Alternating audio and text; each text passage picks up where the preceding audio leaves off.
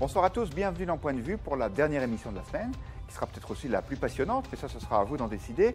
Au bout de 48 minutes, je vous propose de découvrir tout de suite les 4 sujets que nous avons sélectionnés aujourd'hui. Nous allons revenir sur les vœux du président de la République aux armées. C'était ce matin à Toulon.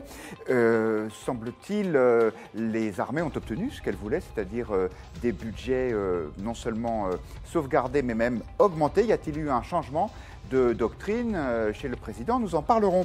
Nous parlerons aussi des droits de l'homme en France à la suite d'un rapport du Conseil des droits de l'homme de l'ONU qui a des dizaines, voire des centaines de reproches, de récriminations très variées à faire à la France. Est-ce légitime? On en parlera. Nous parlerons aussi des hauts fonctionnaires. Ont-ils un statut, des privilèges exorbitants? La polémique monte après la nomination comme sous-gouverneur de la Banque de France de Sylvie Goulard, l'éphémère ministre des Armées, qui avait dû quitter le gouvernement après le déclenchement d'une affaire sur les assistants parlementaires au Parlement européen pour le MoDem, dont qui est son parti, puisqu'elle était elle-même députée européenne avant d'être ministre. Et puis nous parlerons de cette affaire qui fait beaucoup de bruit à Paris.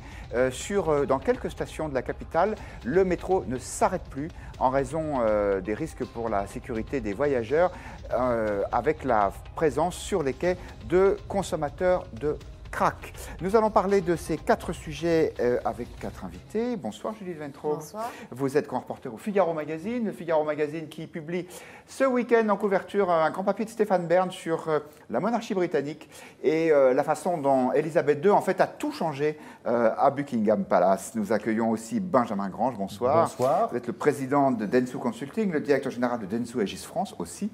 Je rappelle que votre expertise, c'est la communication numérique, les stratégies d'influence, l'e-réputation. Vous êtes un expert et vous allez nous dire ce qui se passe sur les réseaux sociaux dans les sujets qui nous intéressent aujourd'hui. Bonsoir Hervé Nathan. Bonsoir. Vous êtes directeur adjoint de la rédaction de Marianne. Marianne, en couverture cette semaine, veut libérer la parole des hommes. Je trouve que c'est un excellent projet. Ça fait un peu polémique quand même. C'est quoi cette une? Racontez-nous en 20 secondes. C'est une qui est juste très basique. C'est qu'on voulait, nous, savoir ce que les hommes pensent de la polémique actuelle qu'il y a entre deux parties de femmes, on va dire. Parties au sens deux branches du féminisme, on va dire. Deux branches du féminisme, voilà, des bons termes, deux branches du féminisme. On les a interrogés sur comment ils ressentaient. Il n'y a pas de raison, puisque de toute façon, le sujet les touche, les concerne. Donc on a pensé à aller leur demander de ce qu'ils pensent. Évidemment, ça fait polémique, mais c'est une polémique un peu vaine, parce que c'est un peu du second degré. Libérons la parole des hommes. On sait très bien que les hommes ont la parole depuis des millénaires, qu'effectivement, s'il y en a certains parmi la population qui doivent se plaindre de ne pas l'avoir, c'est plutôt les femmes. Mais en l'occurrence, on s'est quand même aperçu aussi qu'il y avait un petit peu d'autocensure sur un sujet qui, effectivement, les touche quelquefois au plus intime. Très bien, dossier à découvrir. Je ne suis pas sûr que le second degré soit la chose la mieux partagée dans la polémique actuelle. Et surtout, quelquefois, chez nos propres confrères, je dois noter. Pardon, mais heureusement, vous êtes là, et j'espère un peu nous aussi, pour privilégier le second degré. Un homme qui a une parole libre, c'est entre autres Guillaume Bernard. Bonsoir. Bonsoir Guillaume. Vous êtes maître de conférence à l'ICES, directeur de collection aux Presses universitaires de France. Votre dernier livre, La guerre à droite aura bien lieu, le mouvement d'extrogir, c'est-à-dire le mouvement de déplacement vers la droite, a été publié chez Desclés de Brouwer. Venons tout de suite au premier sujet du jour. Le chef de l'État était ce matin à Toulon, sur un porte-hélicoptère baptisé Dixmude, c'est son nom de baptême, qui était l'occasion pour le président de présenter ses vœux aux armées. Vous vous souvenez sans doute de la crise qui avait agité les armées françaises au moment de la démission du chef d'état-major des armées, c'était au mois de juillet dernier, pour cause de crédits insuffisants. Depuis, tout est rentré dans l'ordre, à la fois d'un point de vue budgétaire, mais surtout peut-être d'un point de vue affectif. Écoutez cet extrait du discours du président de la République ce matin. Nos concitoyens savent qu'à terre, en mer, dans les airs, vous êtes en permanence mobilisés pour leur défense et leur sécurité. Ils vous sont aussi reconnaissants de ce que vous êtes, des valeurs que vous incarnez et qui sont comme des repères au sein de notre société. L'esprit collectif, la solidité face aux épreuves, le courage, l'abnégation, le service des autres. Julie Weintraub, c'est la grande réconciliation entre le président et les armées. Ça va mieux en tout cas, puisqu'on se souvient des réactions qui avaient suivi le sermon infligé par Emmanuel Macron aux militaires à l'hôtel de Brienne, le ministère de la Défense, en pleine affaire avec le général de Villiers. à faire causer par une diminution impromptue des crédits pendant les bricolages budgétaires de l'été. Vous dites le compte y est, je n'en suis pas si sûre. En tout cas, financièrement, pour respecter la trajectoire que s'est engagée à tenir Emmanuel Macron, il faudrait un peu plus d'argent que les augmentations actuelles du budget de la défense. Ce qui est certain, c'est qu'il y a une volonté d'apaiser les choses, que les militaires prennent ce qu'on leur donne en se disant que c'est toujours ça, et que personne ne veut rouvrir le conflit. Alors Nathan, c'est aussi votre avis. Il y a eu un changement de ton, on a titré un peu ironiquement cette partie de notre débat. Jupiter a-t-il changé ? En tout cas, Jupiter est un petit peu descendu de l'Olympe pour aller soigner un petit peu les combattants de la guerre de Troie, en leur passant un petit peu de pommade. On a entendu le discours, l'hommage aux valeurs, etc., l'engagement, etc. Donc là, ce n'était pas le discours de l'année dernière, je suis votre chef, vous allez obéir. C'était formidable, vous êtes magnifique. Alors il va profiter aussi d'un certain nombre du point de vue budgétaire. Il vient aussi avec des choses qui ne sont pas des annonces, mais que les militaires savent. Par exemple, la guerre de Syrie est en train de se terminer. Dans 1 mois, 2 mois, les opérations s'arrêteront. Grosso modo, c'est 400 millions d'euros de moins dans les OPEX, qui font 1,4 milliard l'année dernière, donc on va passer à 1 milliard. Et grosso modo, les militaires, en ayant la promesse qu'à terme, le budget OPEX, opérations extérieures, sera élevé jusqu'à 1 milliard, ont l'assurance de pouvoir continuer leurs opérations telles qu'elles sont et d'avoir effectivement l'argent qu'il faut pour être là où il faut, c'est-à-dire essentiellement sur la bande du Sahel. Voilà. Et donc ça, ils le savent. Pour le reste, de toute façon, c'est du gros matériel et ils ont l'habitude de jouer, de phaser, et de reporter. On se débrouille toujours, donc ça fonctionne. Donc effectivement, oui, il y a un changement de ton. Ce changement de ton, il intéresse Benjamin Grange sur Internet. Est-ce qu'il y a des réactions autour de ça ? On se souvient que les déclarations du président, vous y reveniez l'un et l'autre, Judith et Hervé, avant le 14 juillet, avaient fait beaucoup de bruit à l'époque. Oui, ça a fait beaucoup de bruit, mais il fallait aussi relativiser sur les réseaux sociaux et à travers finalement la parole qu'expriment les Français sur ces moyens-là. On n'a pas grand-chose. Ce n'est pas un sujet qui intéresse énormément. Et là encore, on va trouver exactement la même chose, c'est-à-dire finalement assez peu de commentaires. Alors après, sur le fond, et je reviendrai plutôt sur la communication là, du président, quand on écoute les attentes des armées, on a 2 natures d'attentes. La première, c'est une attente en termes de reconnaissance, en termes d'égard. Et la deuxième chose, c'est un discours de preuve.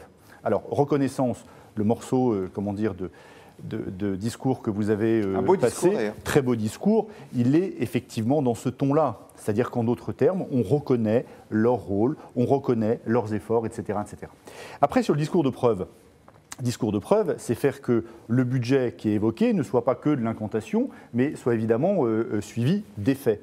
Et là-dessus, on est sur la bonne voie, mais on saura dans quelques mois si les crédits sont véritablement versés ou si en cours de route, ils auront été gelés. Et c'est qu'à travers, je dirais, ce type de posture que l'on passe de chef d'État à chef des armées. Une dernière chose, j'ai oublié, il a pris en compte la demande des militaires de ne pas être chargés du service national universel que le candidat à la présidence de la République s'était engagé à faire. Ça va être réparti sur l'ensemble des ministères, ce ne sera pas un service militaire. Et voilà, et ça c'était aussi une grande inquiétude. Un parcours citoyen qui durera 1 mois et pour des beaucoup plus jeunes, puisqu'à priori on est autour d'entre 12 et 16 ans, mais ce n'est pas encore tout à fait clair. Le projet est encore en travaux. Guillaume Bernard, est-ce que vous aussi vous avez été convaincu par cet engagement à la fois personnel et financier du président de la République ? Je crois qu'il ne pouvait pas faire autrement qu'essayer de penser les blessures. Parce que honnêtement, le phénomène Macron qui avait joué pour la présidentielle sur le levier monarchique était allé sans doute un peu trop loin. Le curseur était allé sans doute trop loin lorsqu'il avait fait preuve d'un autoritarisme ressemblant plus à du caporalisme qu'à, je dirais, une véritable texture ou charisme, je dirais, qu'on doit à un chef de l'État. Lorsque, effectivement, il avait humilié le chef d'état-major des armées en juillet dernier. Donc il ne pouvait qu'effectivement essayer de recoller les morceaux. Après, il est bien certain que c'est quelque chose qui est fait pour essayer de colmater les brèches, c'est-à-dire que, cela a été dit, la capacité, là je ne fais que redire ce que j'ai moi-même lu, étant donné que je ne suis pas spécialiste, je le reconnais, de défense nationale. Il semblerait qu'effectivement l'effort budgétaire soit pour assurer véritablement une défense nationale qui soit, pérenne et sûre. Cet effort budgétaire est, semble-t-il, encore insuffisant. Et comme on l'a vu, il y a déjà eu des coupes lors des lois de finances rectificatives, et donc on peut effectivement s'attendre ou craindre, rester dans l'expectative, craindre qu'il y ait effectivement à l'avenir peut-être d'autres coupes qui reviennent sur les annonces d'aujourd'hui. Il me semble qu'il y a un sujet qui est quand même important, mine de rien, c'est le service national nouvelle mouture. Il me semble que là, il y a quand même quelque chose qui est tout à fait caractéristique, je dirais, de l'état d'esprit du gouvernement, de l'exécutif, et qui me semble être en rupture avec, je dirais, la réalité du pays. Le service national, auparavant, ça permettait un brassage social, mais de personnes qui savaient qu'elles appartenaient à la même nation.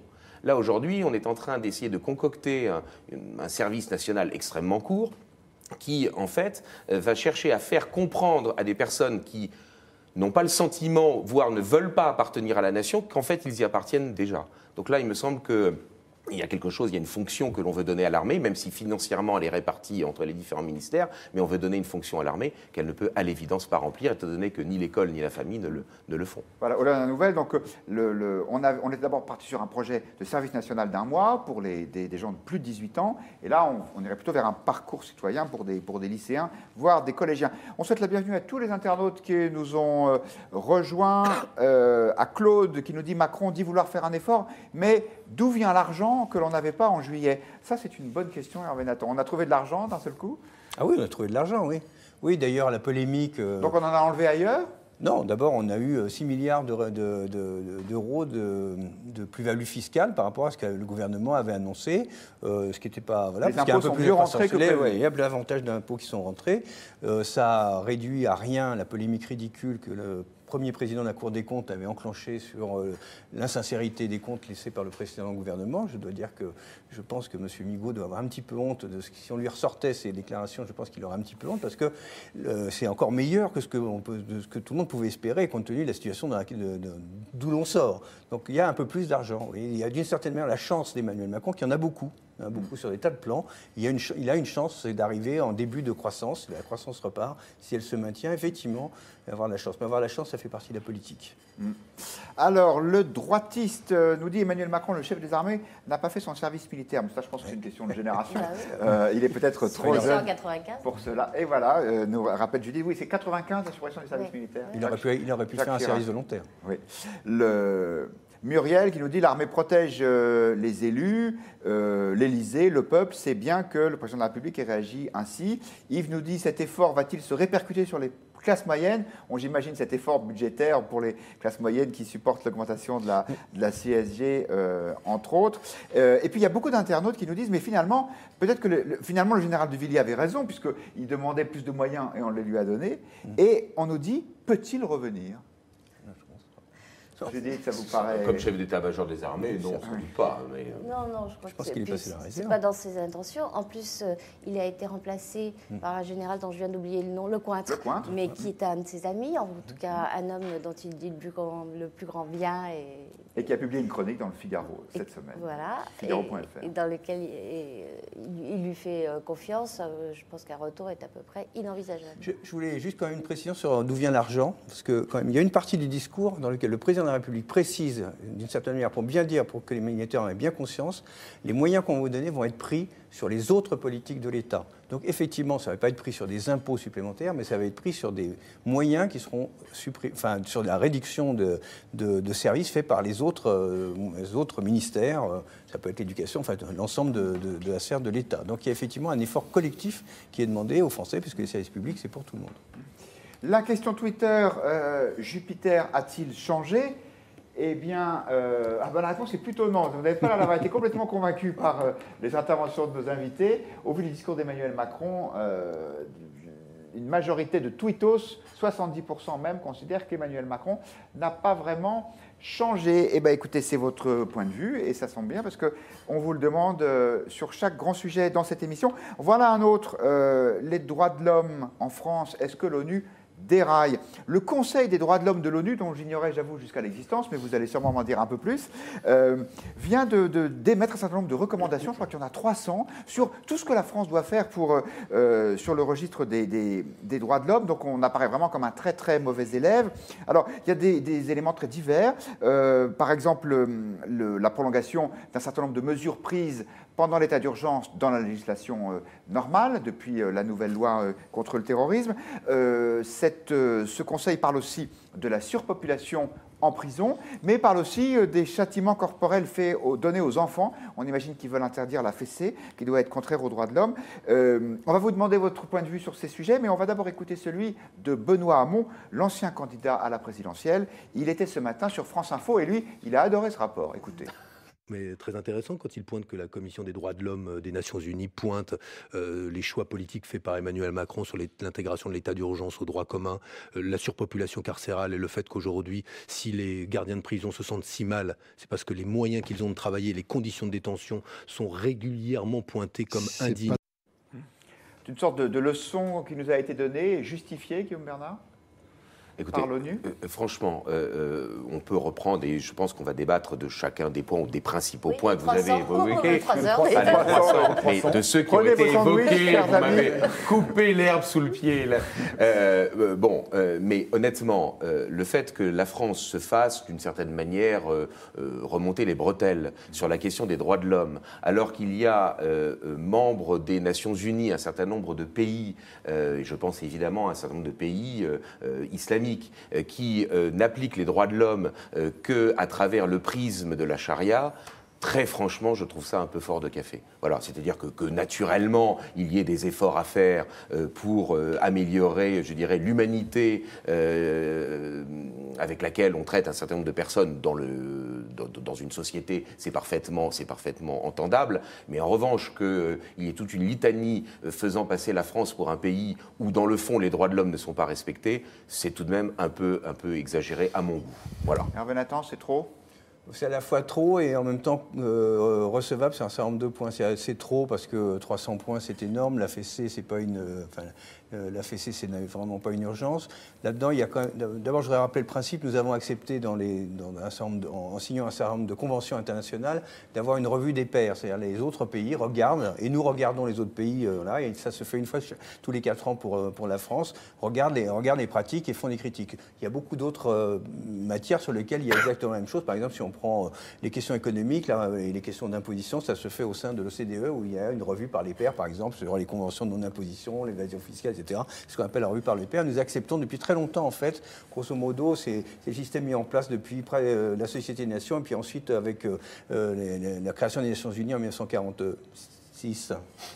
Excusez-moi pour l'approximation. Voilà, donc ça c'est le cadre. Là, il y a des choses qui sont des scandales, mais dont on n'a pas besoin d'une commission internationale pour venir nous les rappeler. Par exemple, ce qui se passe dans les prisons est un véritable scandale. C'est un scandale pas simplement humanitaire, judiciaire, c'est un fiasco politique, ça fait des années que ça dure. On fait coucher des gens par terre pendant des années, des mois et des mois, des semaines, voire des années, etc. C'est juste scandaleux, c'est juste de l'humiliation. Alors on parle de torture. On n'est pas loin, effectivement, quand on y pense, de dire oui, on est en train d'avoir une politique dans laquelle on fait mal aux gens, peut-être pas volontairement, en tout cas par négligence, en tout cas par abandon. Donc il y a vraiment quelque chose qui se passe dans les prisons. D'ailleurs, les premiers, on voit les images en ce moment, les premiers à le dire, ce sont les gardiens de prison. La pénitentiaire sociale dure cette semaine. Donc, si vous le permettez, on peut même préciser une chose, c'est qu'effectivement, la surpopulation carcérale touche essentiellement les maisons d'arrêt, c'est-à-dire ceux qui sont en détention provisoire et ceux qui sont en fin de peine. Et donc, par conséquent, c'est-à-dire c'est ceux qui ne sont pas encore jugés coupables et ceux qui sont à la fin de la sanction qu'ils ont endurée, qui vivent dans les conditions les plus déplorables. Donc là, évidemment, c'est un vrai souci. C'est la question du rôle de la prison qui est joué. Est-ce que la prison doit être une sanction ou est-ce qu'elle doit être, dans une autre conception du droit, un moyen d'exécution de la peine ? Deuxièmement, nous avons quand même un système un système d'ordre juridique qui fonctionne assez bien. Et je pense que, pour le coup, le Conseil constitutionnel n'a pas attendu d'avoir les remontrances de l'extérieur, par exemple, pour censurer un article de la loi. Alors, il a mis le temps, mais il a censuré un article de la loi sur les zones que la police pouvait déclarer fermées en vertu de l'état d'urgence, en disant qu'il l'avait utilisé notamment à Caen dans l'évacuation de la jungle, comme on dit. Qu'il y avait eu un abus de pouvoir, et d'une certaine manière, ça devrait se retrouver dans le jour où il y aura une question prioritaire de constitutionnalité qui sera adressée sur la nouvelle loi contre le terrorisme. Donc nous avons un ordre juridique qui fonctionne aussi. Voilà. Donc, mais finalement, même si l'ONU y va un peu fort, il y a des choses justes dans ces critiques. Benjamin Grange. Alors en fait, l'opinion publique, elle réagit le plus souvent sur des sujets qu'elle voit, qu'elle ressent ou qui sont proches d'elle. Et il faut être honnête, sur celui-là de l'ONU, avec les 300 points qui sont mis en avant, elle ne réagit pas du tout. On est à peine à 800 messages, et encore souvent écrits par des experts.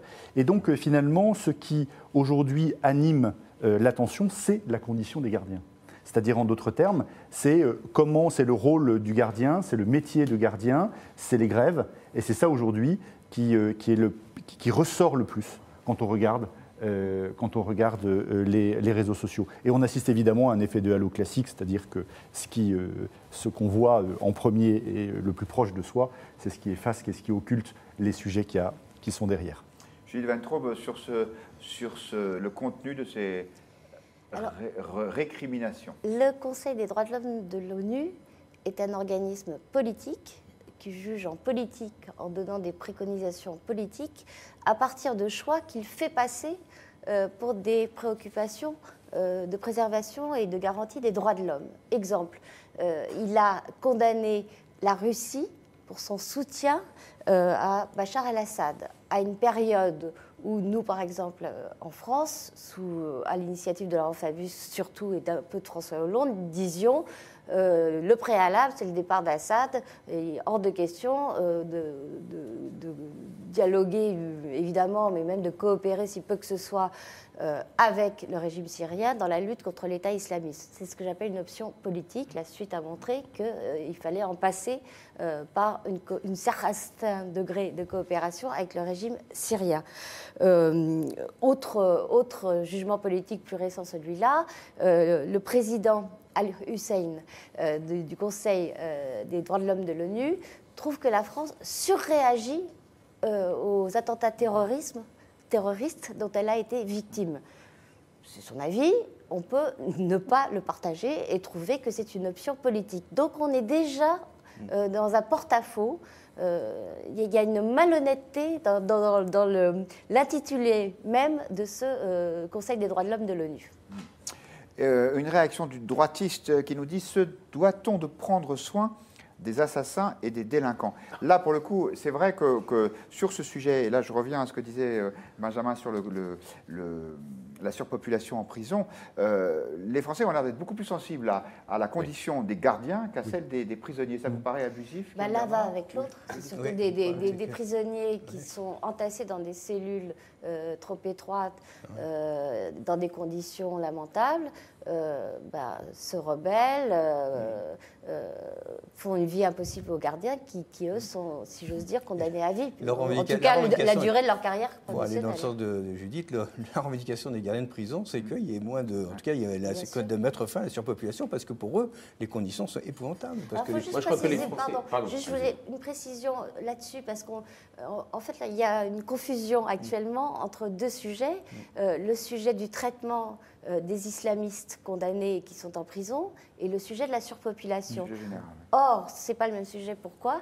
Parce que les islamistes qui se sont distingués ces derniers jours par 2 tentatives d'agression sur plusieurs gardiens, eh bien, ne sont pas du tout dans des prisons surpeuplées. Au contraire, ils sont dans des quartiers de haute sécurité où les effectifs sont tout à fait suffisants. Donc, il ne faut pas confondre la nature des problèmes. Il me semble quand même que les Français ont une réaction qui est... je ne veux pas dire philosophiquement, mais politiquement logique. C'est-à-dire qu'il faut quand même se souvenir de comment a été conçue la prison à partir du XVIIIe siècle. C'est très rapide, je vous promets. C'est l'idée, n'est-ce pas, que puisqu'il y a un contrat social et que quelqu'un viole le contrat social, il est mis à l'écart de ce contrat social. Et que donc, par conséquent, quelqu'un qui a violé, je dirais, la loi, eh bien, il est assez logique qu'il vive dans des conditions moins bonnes, pas humiliantes, mais moins bonnes que celui qui continue à respecter le contrat social et à respecter la loi. Donc que les Français, finalement soient plus attachés, je dirais, aux bonnes conditions de travail de leurs gardiens de prison, ça me paraît, d'une certaine manière, dans la logique du contractualisme social, assez cohérent. Nous avons une réaction de Khalid qui nous dit « Il faut quand même constater que les droits de l'homme en France sont nettement mieux respectés qu'aux États-Unis, par exemple. L'ONU a-t-elle raison de blâmer la France plus qu'un autre pays ?» Alors, si on a bien compris, Hervé Nathan, en fait, tous les pays à tour de rôle ont droit à cette revue de détail. À partir du moment où ils ont signé les conventions, etc. Mais alors, je ne suis pas sûr que les États-Unis les aient signés d'ailleurs. Est-ce que l'ONU déraille, on a posé la question. Oui, pour 59% de nos internautes. L'un des points, même s'il est un peu anecdotique, c'est effectivement une recommandation pour interdire les châtiments corporels, ce qu'on peut appeler un peu rapidement la fessée. Ça m'intéresse d'avoir votre avis là-dessus, mais vous avez le droit de vous abstenir. Est-ce que vous êtes plutôt pour, plutôt contre l'interdiction de la fessée? Vous savez qu'il y a régulièrement des propositions de loi qui passent sur ce sujet. Hervé Nathan.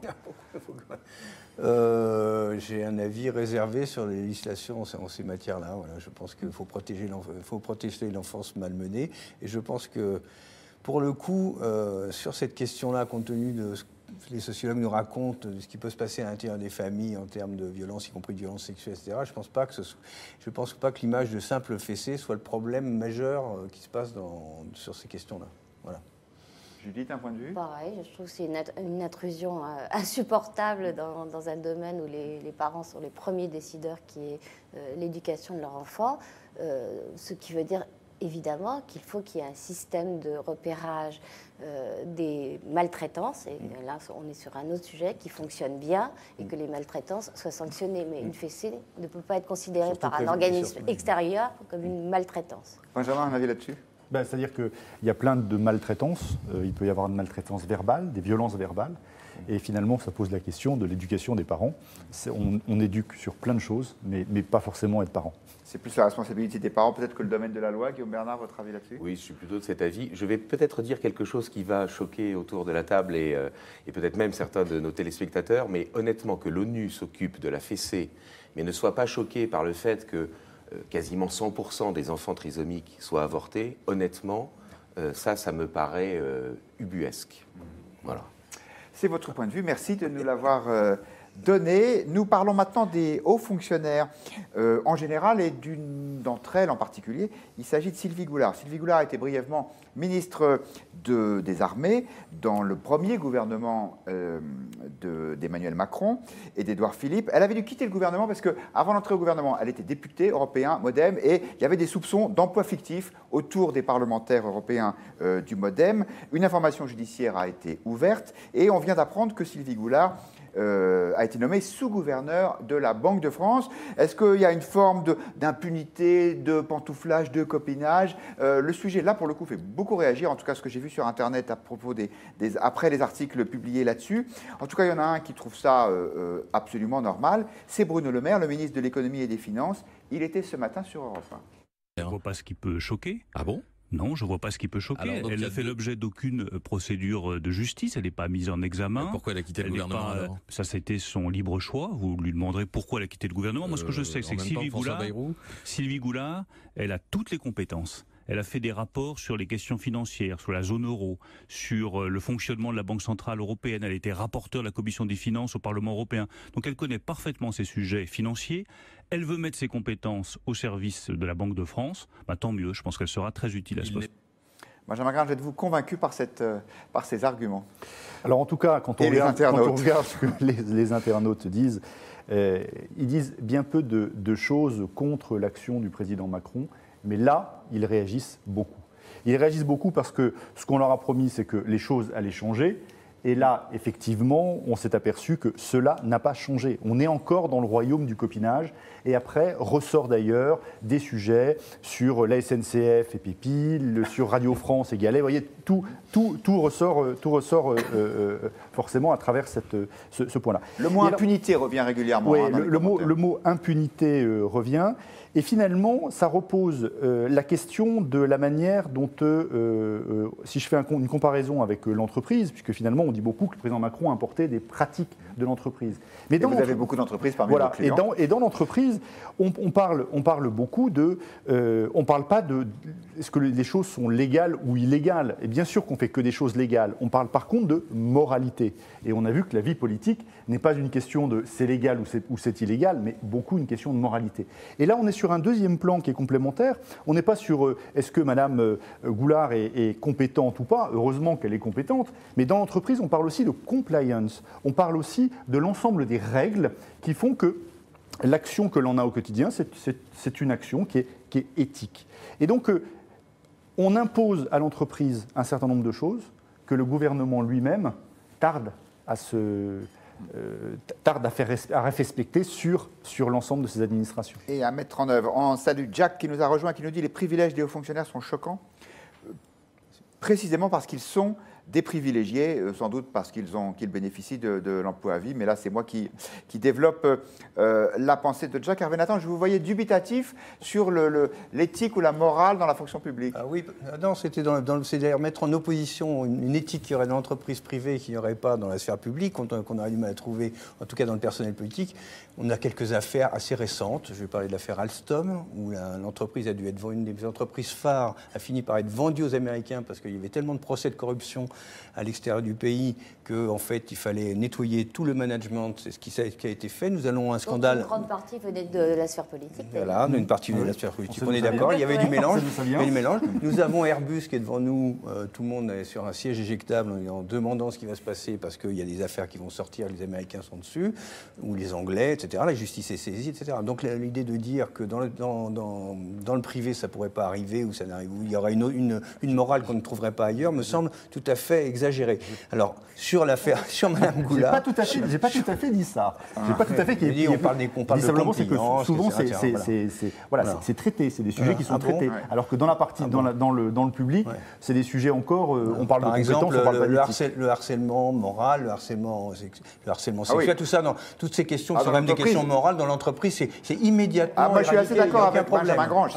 Dans les entreprises, les grandes entreprises, vous avez les affaires maintenant remontent très vite au CHSCT et il y a des sanctions qui sont prises très... Toutes les règles qu'on est obligé d'appliquer. Alors, c'est pas parfait, mais il y en a. Oui, bien sûr, il y a des règles. Il a fallu mettre beaucoup de règles pour faire respecter. Il a fallu du temps, mais on est arrivé à un peu plus de vertu. Mais c'est pas du tout ça, c'est parce qu'il a fallu imposer des règles, notamment en matière de harcèlement, par exemple, il a fallu faire voter des lois pour que ce soit respecté. 30 secondes pour Mme Goulard. Madame Goulard, je comprends l'indignation parce qu'effectivement, on a l'impression qu'on a nommé une amie politique qui avait effectivement un problème de recasage. Donc on a trouvé un poste. Il y avait d'autres candidates, en plus, nombreuses, hautes fonctionnaires, on va dire, très compétentes, qui avaient été soumises au choix du président de la République et du Premier ministre. Et c'est pas le choix, il a choisi de faire un choix politique. Sylvie et Goulard, ça, c'est contestable. N'ayant pas d'expérience à la Banque de France. Judith Ventroux. En plus, il faut se rappeler le contexte. Richard Ferrand, qui est président du groupe La République En Marche à l'Assemblée nationale, a été dans un premier temps disculpé des accusations qui étaient lancées contre lui et rattrapé par la plainte d'Anticor pour abus de biens sociaux. Il y a une information judiciaire qui a été ouverte là aussi. Donc il fait l'objet d'une information judiciaire. Il se défend en disant que c'était mécanique, que c'était normal que le juge fasse ça après avoir examiné mon dossier. On n'en sait rien. En tout cas, ça contrevient à l'image d'intégrité absolue, de probité candide dont Emmanuel Macron a voulu naber son action. Et ça fait beaucoup. Donc je pense que les réactions défavorables à la nomination de Sylvie Goulard, dont le nom a lui aussi été prononcé dans le cadre d'une affaire et elle ne fait pas l'objet d'une information judiciaire. Donc il y a une information judiciaire globale sur ce dossier. Mais Richard Ferrand, c'est à lui tout seul. Et pourtant, il reste patron du groupe à l'Assemblée. Donc là, les gens sont sensibles, comme d'habitude, au décalage entre les leçons données et la pratique. Guillaume Bernard. 2 mots. Un sur Madame Goulard, intuitu personné. C'est vrai que c'est assez amusant de voir qu'une européiste militante se retrouve à la tête de la Banque de France alors qu'elle est favorable, effectivement, et très favorable à l'euro. Bon, je trouve ça assez amusant. Bon, voilà, c'est pas bien grave. La deuxième chose, c'est effectivement, c'est de manière plus générale, l'idée que les hauts fonctionnaires peuvent, dans le fond, sans risque, continuer leur carrière en passant dans le privé, en revenant dans le public, en faisant une partie de leur vie professionnelle dans la politique, et que dans le fond, au fur et à mesure, je dirais, oui, mais sauf que ça veut dire qu'ils peuvent le faire sans véritablement être confrontés au risque social que quelqu'un qui exerce une profession libérale ou un chef d'entreprise ne peut pas, évidemment, auquel il ne peut pas être confronté. Et voilà, et donc c'est évidemment ça, je crois, qui choque les Français. C'est peut-être moins véritablement le fait qu'ils puissent avoir des salaires élevés parce qu'ils ont de hautes responsabilités ou de hautes compétences techniques, parce que c'est réel, les hauts fonctionnaires français ont de hautes compétences techniques. Le problème, c'est effectivement cette dichotomie entre quelqu'un qui est confronté au risque ou quelqu'un qui, dans le fond, a une certaine sécurité, et puis le fait que, normalement, les hauts fonctionnaires, ils sont formés, ils sont formatés d'une certaine manière pour faire perdurer un système, pour le faire, je dirais, durer, pour le faire fonctionner. Hein. Et ils n'ont pas nécessairement, je dirais, l'esprit pour, je dirais, l'esprit d'initiative, l'esprit pour faire évoluer les choses. Et c'est vrai que quand on a des hauts fonctionnaires qui passent de l'entreprise à la fonction publique, à la vie politique, on a l'impression qu'ils appliquent toujours les mêmes recettes pour faire durer quelque chose et non pas pour faire évoluer, pour faire changer, pour prendre des décisions. Et là aussi, je crois que ça choque les Français, sans pour autant remettre en cause leurs hautes compétences techniques. Et pour compléter ce que vous dites, il y a Julie qui nous dit « Ces privilèges ne contribuent-ils pas à couper ces hauts fonctionnaires de la réalité ?» C'est effectivement une option qu'on ne peut pas exclure complètement. Notre confrère Vincent Jauvert, qui est journaliste à l'Obs, vient de sortir un livre qui s'appelle « Les intouchables de l'État », dans lequel il révèle que pas moins de 600 hauts fonctionnaires, selon les derniers chiffres dont on dispose, parce que là aussi il n'y a pas beaucoup de transparence, étaient, en tout cas en 2012, mieux payés que le président de la République. Et que depuis lors, il a eu beaucoup de difficultés à avoir accès aux chiffres parce que les mêmes hauts fonctionnaires refusent de se plier aux règles de transparence qu'on a imposées aux parlementaires. Écoutez son témoignage, c'était dans le Grand Soir 3. Il y en a 600 qui sont payés plus que le président de la République. C'est de quel ordre Écoutez, à Bercy, on gagne jusqu'à 300 000 euros par an tout de même. Salaire à vie et où on n'est jamais sanctionné. Il y a eu une moralisation de la vie publique des politiques. Lorsque les députés d'opposition ont voulu intégrer les hauts fonctionnaires dans cette loi, le Sénat a voté pour, mais La République En Marche n'a pas voulu inclure les hauts fonctionnaires dans cette loi sur la moralisation de la vie publique. Je pense qu'il est temps que ça se fasse. Alors, il y a quelques exemples qui sont donnés par Vincent Jauvert de très hauts salaires. Il y en a qu'on peut comprendre. Par exemple, l'ambassadeur de France en Afghanistan, en plus en 2012, donc période où il s'était extrêmement exposé, gagne 29 000 euros net par mois. Il attend une prime de risque sûrement importante. Mais il y a aussi le gouverneur de la Banque de France qui gagne 30 000 euros par mois. La Banque de France étant chargée d'administrer une monnaie qui, sauf erreur de ma part, n'existe plus depuis à peu près 16 ans. Est-ce que tout ça, c'est trop? Est-ce que vous êtes choqué, Hervé Nathan? Est-ce qu'il y a des abus? Il faut revenir un peu sur la genèse de l'histoire. C'est-à-dire que cette liste de 600 personnes environ dont parle Vincent Jauvert, elle a été faite lorsque François Hollande a fait baisser son propre salaire à celui du Premier ministre, à un niveau de 150 000 euros environ, si je me souviens bien. Et là, on a essayé de savoir, effectivement, il y a eu une mission qui a été faite en disant, on sait bien qu'il y en a qui sont au-dessus.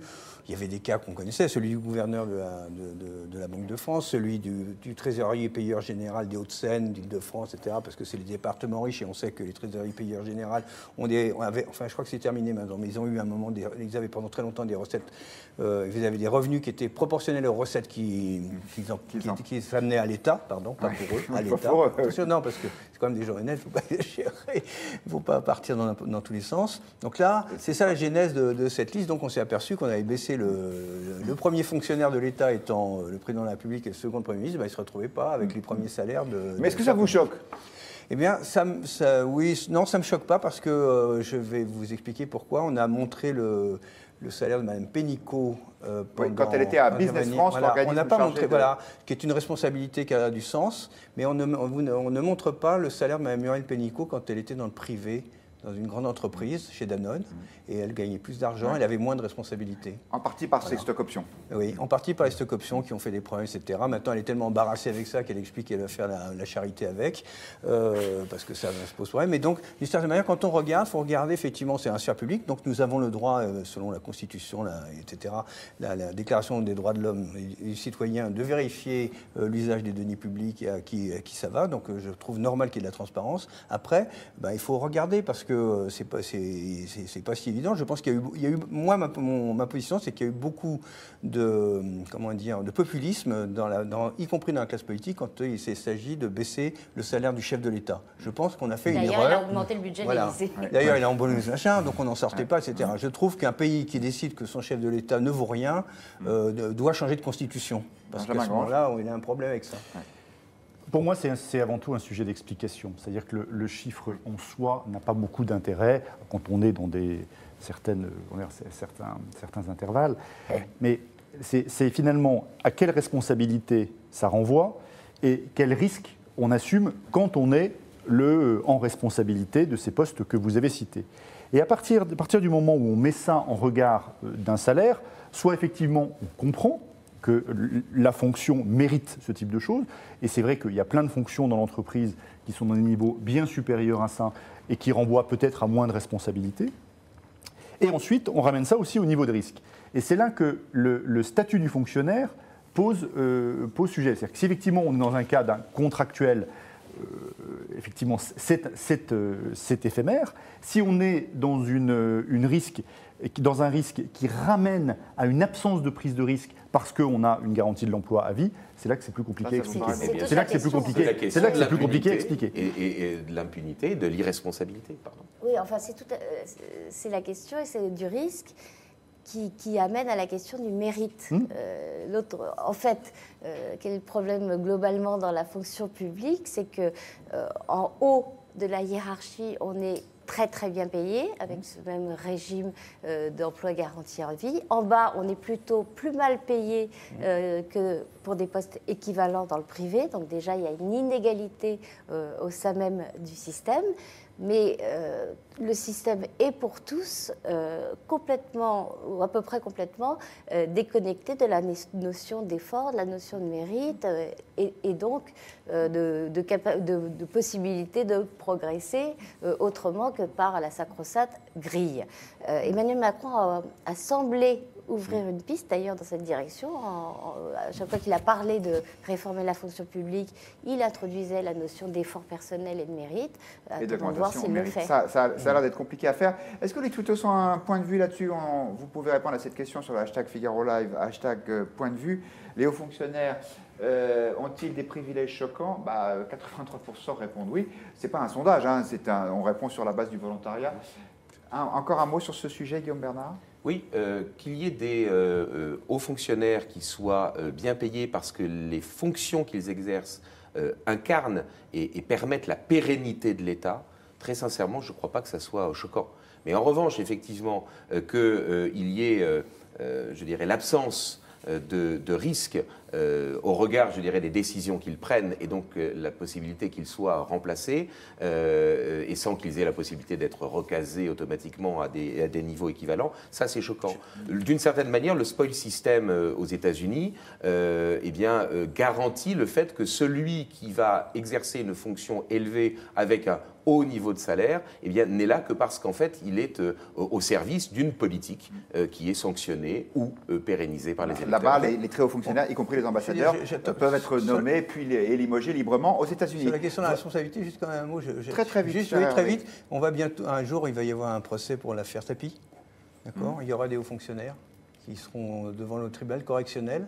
On verra s'ils ont la même peine que la ministre, Madame Lagarde, qui a été condamnée à 0 peine pour négligence, alors que c'était elle qui avait la responsabilité. Vous voyez, le discours sur la responsabilité des hauts fonctionnaires, c'est pas évident, parce que eux, par exemple, il y aura Stéphane Richard, qui est quand même actuellement le patron d'Orange. Il n'y aura pas que lui, il y aura des gens moins connus. Voilà, à la suite des de hauts fonctionnaires qui, eux, ont eu à signer, etc., sous les ordres de Mme Lagarde, qu'ils ont signé. Eux, ils iront au tribunal de correctionnel. Elle a eu droit à la Cour de justice de la République, qui l'a condamnée à ne pas avoir de peine, malgré le fait qu'elle soit coupable. Voilà. Elle est toujours présidente du FMI, directrice générale du FMI. C'est très très bien payé, vous savez.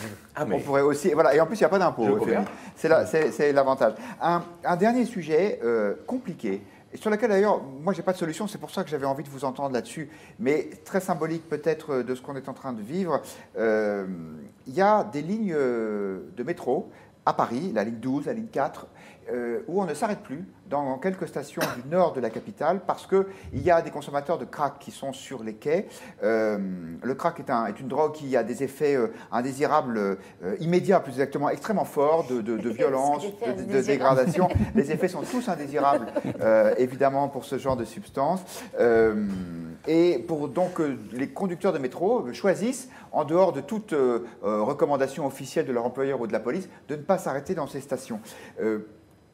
À qui la faute? C'est évidemment une question insoluble, mais tant pis. Ce n'est pas une question insoluble. Qui est détenteur de la préservation de l'ordre public, de la violence légitime, selon la définition de Max Weber? L'État.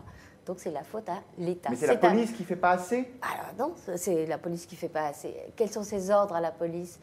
Comment laisse-t-elle perdurer une situation de non-droit? On est en plein territoire perdu de la République, là. Donc, évidemment, le plus haut responsable, le plus haut gradé et le plus responsable. En l'occurrence, le préfet de police de Paris, voire le ministre de l'Intérieur. Et bon, moi c'est clair. Benjamin Grange, il y a des réactions là-dessus? C'est une affaire qui commence à monter? Alors c'est une affaire qui commence à monter parce qu'il y a beaucoup d'émotions. Il y a eu 2500 messages depuis le 15 janvier. On met en avant la zone de non-droit, ça repose la question de la sécurité. Mais en filigrane, ce qui commence à se détacher, c'est finalement le sujet les privilégiés et les autres. Ceux qui sont obligés de prendre le métro et qui en pâtissent de ne pas pouvoir sortir à cette station de métro ou d'avoir toutes les incivilités qui vont avec. Et quand je dis incivilité, je pèse mes mots. Et puis les autres, vous voyez, ceux qui n'ont pas besoin de prendre le métro, qui ont d'autres moyens de transport. Et il commence à y avoir une fracture qui se dégage entre ces deux natures de population. Et c'est comme ça aujourd'hui que que l'opinion publique, en tout cas, se scinde sur ce sujet. Et c'est intéressant parce qu'on avait les mêmes types de réactions sur la mise en place éventuelle de péages urbains. Ce sont toujours les mêmes qui sont sanctionnés, ceux qui n'ont pas les moyens d'habiter dans les centres-villes. Hervé Nathan. Oui, mais il faut comprendre, là aussi on revient un petit peu en arrière. Pourquoi ils sont dans le métro? Vraisemblablement parce qu'on a commencé par les chasser. C'était des junkies qui étaient du côté Stalingrad. C'était un lieu de consommation de crack extrêmement important. Dans le nord les de Paris. Populations de ce quartier-là ont eu beaucoup de mal à se faire entendre de la part des pouvoirs publics, la mairie, etc. Donc il y a eu quand même des opérations de police, ils sont montés vers le nord. Apparemment, les opérations de police continuant, ils ont fini par aller s'enterrer. Ce sont quand même des gens qui sont dans des conditions très difficiles psychologiquement. Le crack a des effets absolument épouvantables et en plus, on sait que c'est une addiction qui est très très difficile, de laquelle il est très difficile de se débarrasser. Donc c'est une question de santé publique énorme. Moi, ce que je pense, si on essaie de voir un peu plus loin, c'est qu'il serait temps de s'interroger sur la politique de réduction des addictions. On traque les gens qui fument du hashish et on n'est pas capable de trouver des solutions et des abris et des manières de s'occuper des drogués qui sont franchement en danger et qui mettent en danger la population. Ça fait belle lurette qu'on ne traque plus les gens qui fument du hashish. Là, vous faites une erreur, là, pour le coup, Judith. Vous faites une erreur parce que... Il y a combien de condamnations pour Oui, il n'y a pas de condamnation, mais des arrestations, il y en a tout le temps. Et d'ailleurs, ils en sont tellement fatigués, les policiers... Vous savez, mais oui, mais ça ne sert à rien. D'accord, mais je suis d'accord. Donc il est temps de changer. Oui. Il est temps de changer parce que nous avons une politique, nous avons des lois qui ne sont plus appliquées. La preuve, vous venez de le dire, c'est la preuve que la loi n'est pas appliquée, la loi n'est pas opérante, donc nous n'avons pratiquement plus de politique. La loi oui, au moins essayons d'avoir une politique. Là, nous n'avons pas de politique vis-à-vis de la drogue. En fait, on n'a pas. On a l'impression qu'on a des lois, on laisse les policiers se débrouiller avec ça, c'est pas facile, et les populations qui sont effectivement confrontées à ça, qui sont dans le désarroi. Je trouve qu'il serait temps effectivement de s'interroger. Oui. D'ailleurs, le président de la République avait dit qu'il ferait quelque chose, on attend. Et voilà, le débat est aussi chez nos internautes. Boris nous dit les responsables sont Anne Hidalgo et Rémi Féraud. J'avoue que je ne connais pas Rémi Féraud, qui ont créé une zone de non-droit autour d'une salle de shoot. Forcément, ça déborde ensuite dans le métro. C'est pas dans ce quartier-là. C'est pas dans ce quartier-là, nous précise Hervé Nathan. Et Jean nous dit, plutôt que de les traquer, ne devrait-on pas les soigner pour éviter de les avoir dans le métro? Très vite, Guillaume Bernard, un mot là-dessus. Moi, je crois que c'est bien pire qu'une zone de non-droit. C'est une appropriation du territoire par, je dirais, effectivement des consommateurs de drogue, mais des consommateurs de drogue qui trouvent de la drogue parce qu'il y a des gens qui leur en vendent.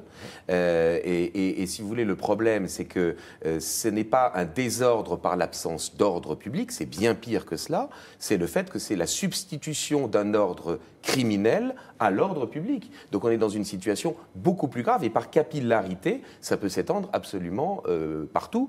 Donc je crois que là, la situation est extrêmement grave. Merci beaucoup à tous les quatre d'avoir partagé vos points de vue avec nous. Point de vue, c'est fini pour ce soir, mais ça revient lundi, même heure, même endroit. Très bon week-end.